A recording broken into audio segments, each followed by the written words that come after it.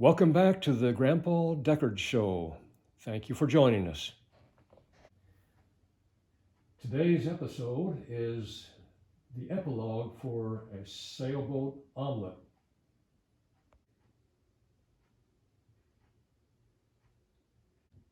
This again is an epilogue of the Sailboat Omelet, and it occurred to me that some of you might be wondering whatever happened to that little sailor friend of ours after he was rescued by the Coast Guard after the attack by the shark.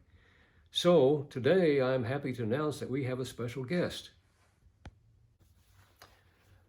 Okay, our little sailor friend granted us an exclusive interview, and so I have him with me here in the studio, and I want to just direct some questions to him and get him to fill us in on some details. I'm going to have to get up really close to him because he has such a tiny voice that I can't hear his responses. So he'll have to speak closely into my ear, and then I'll tell you what he's saying in response to my questions. Okay, so welcome our little sailor friend, and first thing I want to ask you is, I know that, or I realize rather that we don't know your name, so could you share your name with us? I gotta get up really close because I can't hear him. Oh, now I can. Okay, all right. He says, well, that is his last name. Our little sailor friend is the last name, but he says everybody calls him Big John. So I guess we'll call you Big John then from now on. And another question then concerning the, well, it wasn't an accident, but the vicious attack by the banana shark on you and on your boat. Were you yourself hurt at all in this attack? Oh, okay. All righty.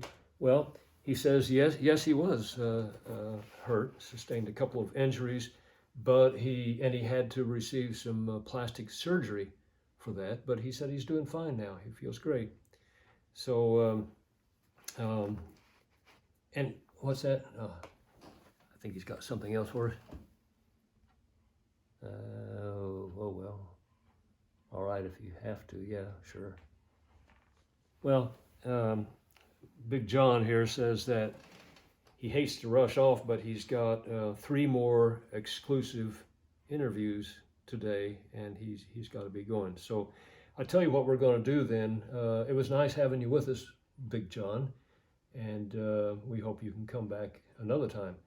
Meanwhile, we're going to take just a really short break here for station identification. I'm going to walk Big John to the door, and then I'll be right back with you.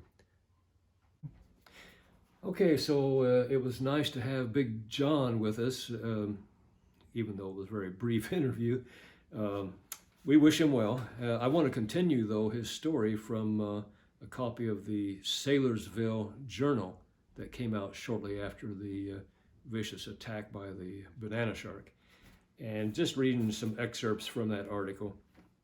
And I'm reading here where there were 2 witnesses, both nurse sharks, who hung around to see if anyone had been hurt. And they came before the council, the Ocean Council, and reported the incident.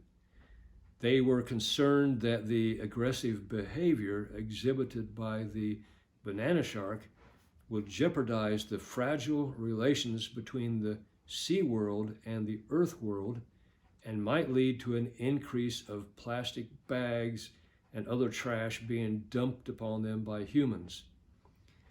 The council ruled that the defendant should be charged with aggravated assault and destruction of property. They advised the accused that he should hire a lawyer, and if he couldn't afford one, then he would have to borrow sand dollars from a loan shark. At the trial, the newly hired lawyer pled that his client was not guilty by reason of insanity. They reasoned that the defendant had just come out of hibernation and was insanely hungry, and seeing the sailboat, thought it was an omelet with a piece of toast for a sail. The courtroom erupted in laughter. The judge banged his gavel on his desk and called for order.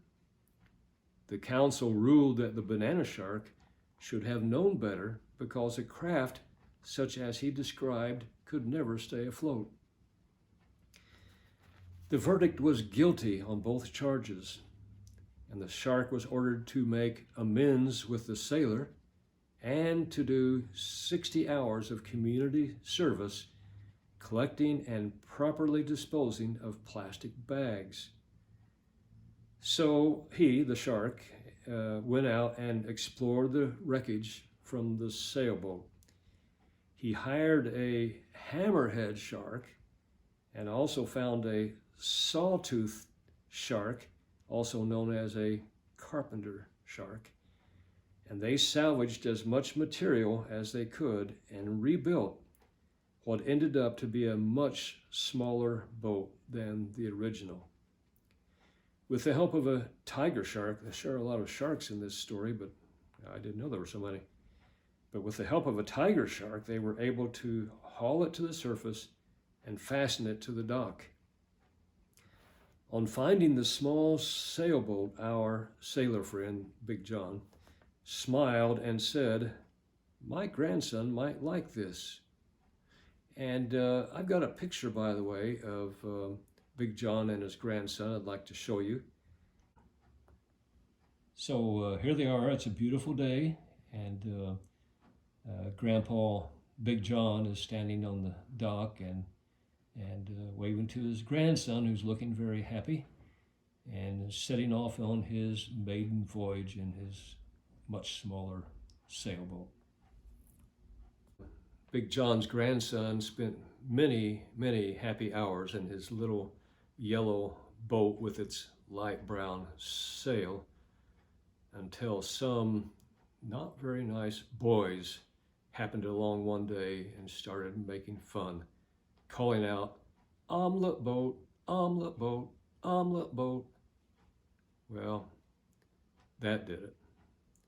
The grandson suddenly lost interest in his boat, and being angry and also being insanely hungry, he ate it.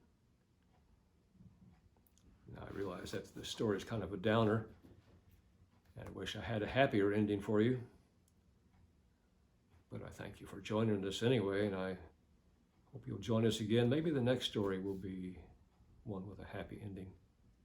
I think so. Until then, God bless you.